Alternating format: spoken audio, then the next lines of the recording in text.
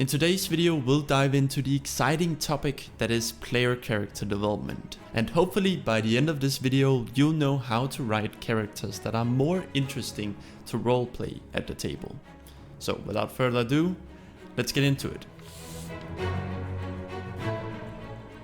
The very first thing you do when making a player character should always be having a conversation with your game master or dungeon master, depending on the game you're playing. You have to know what kind of world you'll be playing in and what style of narrative that the GM is going for. We want to avoid showing up with characters that clash with the other players or just don't fit the narrative at all. Like showing up to a political intrigue game with Batman as your character.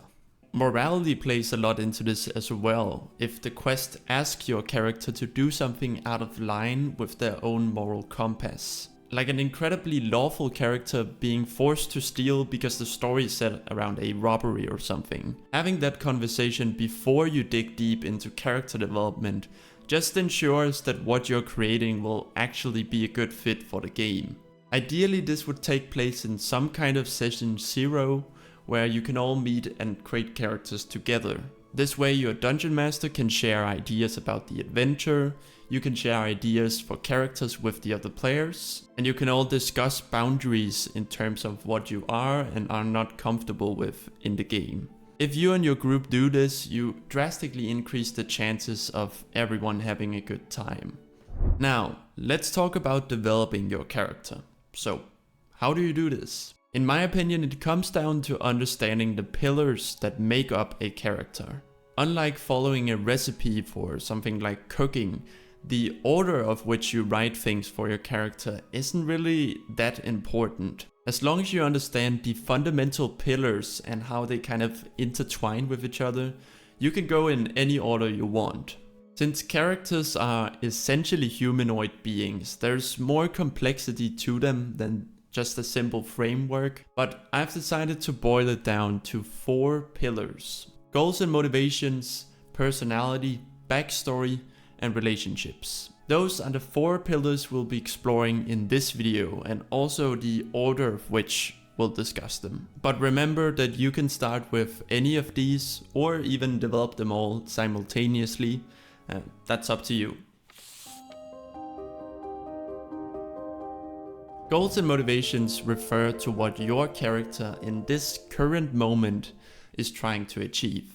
Whether that be earning the respect of others, getting rich, becoming a knight of a certain order, or freedom. Each of these goals are a bit abstract, so it might help to focus on the first step of that goal. For example, freedom as a goal might involve paying off a particular debt to a specific person, and that can serve as the first step to that goal. If you want a little guidance on this, I suggest you look at the quest you'll be going on, if the GM has kind of built one already. You should try to see if you can design a goal in a way where that quest could be a potential first step to that larger goal. If the initial quest is, for example, centered around stealing valuable goods from a caravan, that could be a potential first step to a larger goal of getting rich in a criminal way.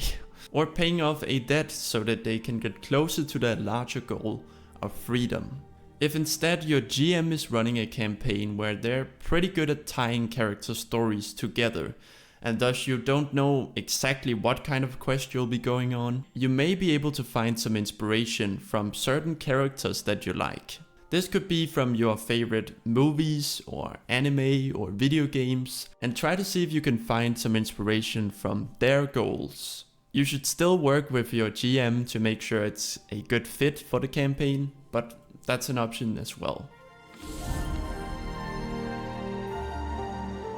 Personality can be a quite intimidating thing to create for your character. After all, there's a whole science field focused on studying personality that it's hard enough to define your own. So what I suggest you do is you come up with 5 or so personality traits. Some positive, some negative, and some neutral. I've used a particular site which has been quite helpful for me, which is literally just a long list of personality traits separated into those 3 categories. If it's hard for you to build a personality from nothing, again, think about some of your favorite characters from other media. What are they like? What do you like about them? Then try to use that as inspiration for your character while still making it your own. For example, how is your character similar and different compared to that character? One very important note is that you're playing a team game. Make sure to craft a character that is actually a team player as well. Ask around about what characters your fellow players are creating and see if you can make something that would fit with the rest of the party. Once you have that basis of a few traits, don't be afraid to figure the rest out while you're playing. It's totally okay to feel it out and kind of get to know your character over time. It doesn't have to be set in stone from the beginning. Backstory means the story that has happened with your character in the past. I think some people tend to put a lot more importance on this pillar than necessary, thinking that in order to have a really interesting character at the table, they need to have some really complex backstory, which I just don't think is the case. At least in terms of tabletop role-playing games, backstory is there to help you play the character in the present moment. It's there so that you feel comfortable playing the character at the table because you have an understanding of where they came from. My advice for backstories would be to answer these questions for your character. Where did they grow up? What was their early life like? How did they acquire the skills, abilities they have from their character class? And what event had the most impact on your character's life?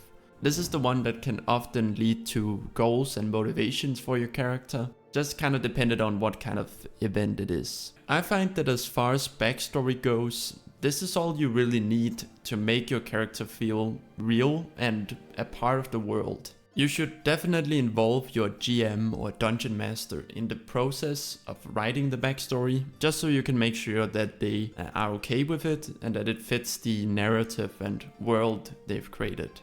Also, they might have some additional questions that they'd like you to answer in the backstory. You can go as much in depth with your character's backstory as you want, but make sure to keep the document for your game master brief. They shouldn't have to read a novel to understand your character.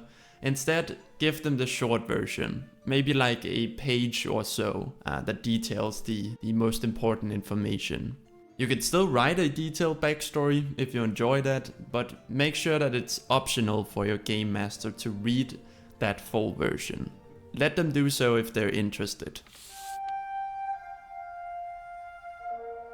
By relationships, I mean relationships between your character and other characters in the world. This doesn't just mean the relationships with the other players' characters, but also NPCs that your character has connections to. Creating relationships for your character is a great way to ground your character in the world. It allows the Dungeon Master to incorporate those people into the world and the story, so you can actually meet those people and they can be part of the whole experience. Instead of finding a random blacksmith when one of the party members' armor breaks, you can use your connections. Like, my father can help us out.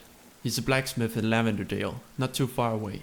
Suddenly that mini quest has just been made much more interesting simply because there is a relationship there. You're making the game more interesting for the whole group as a result. There's an interdependent relationship between backstory and relationships. Adding a new NPC to your character's relationships means that that relationship has to have been established at some point in the past, the backstory. The same goes for backstory, which usually involves people in some sort of way and thus adds those people to your character's list of relationships. So depending on whether you have an idea of your character's past, you may or may not already have a few relationships to add to the list. If you don't, a good place to start is with parental figures. They're the people likely to have had a large impact on your character's life, so it's natural to start there. Even if you're going with the "my parents are dead" route, there's gotta be someone who took care of them. This could be a grandparent, an aunt, caretakers at an orphanage, or perhaps members of a thieves guild who took them under their wing. Try to briefly write down what their relationship is like. Talk to your dungeon master about where that NPC could possibly live in the world. And maybe jot down a few notes about their personality, similar to what you do with your own character. You can and should leave some room for your DM to play with. After all, they're the ones controlling the NPCs in the world. Other connections you might look at are friends, partners, teachers, business connections, and enemies if your character has any. Try to come up with 3 or so relationships for your character and see how that affects the game. Hopefully, now that I've explained each pillar separately, you can begin to see how they fit together as well. Notice how you can start with an idea for a character goal, then ask yourself how that goal formed. What other people were involved with that, and what sort of personality would fit with this whole situation. You can write it that way or in any other order, and hopefully by the end you'll have a character that you'll enjoy role-playing. With that said, I hope you have a great day or night, and may the dice roll in your favor.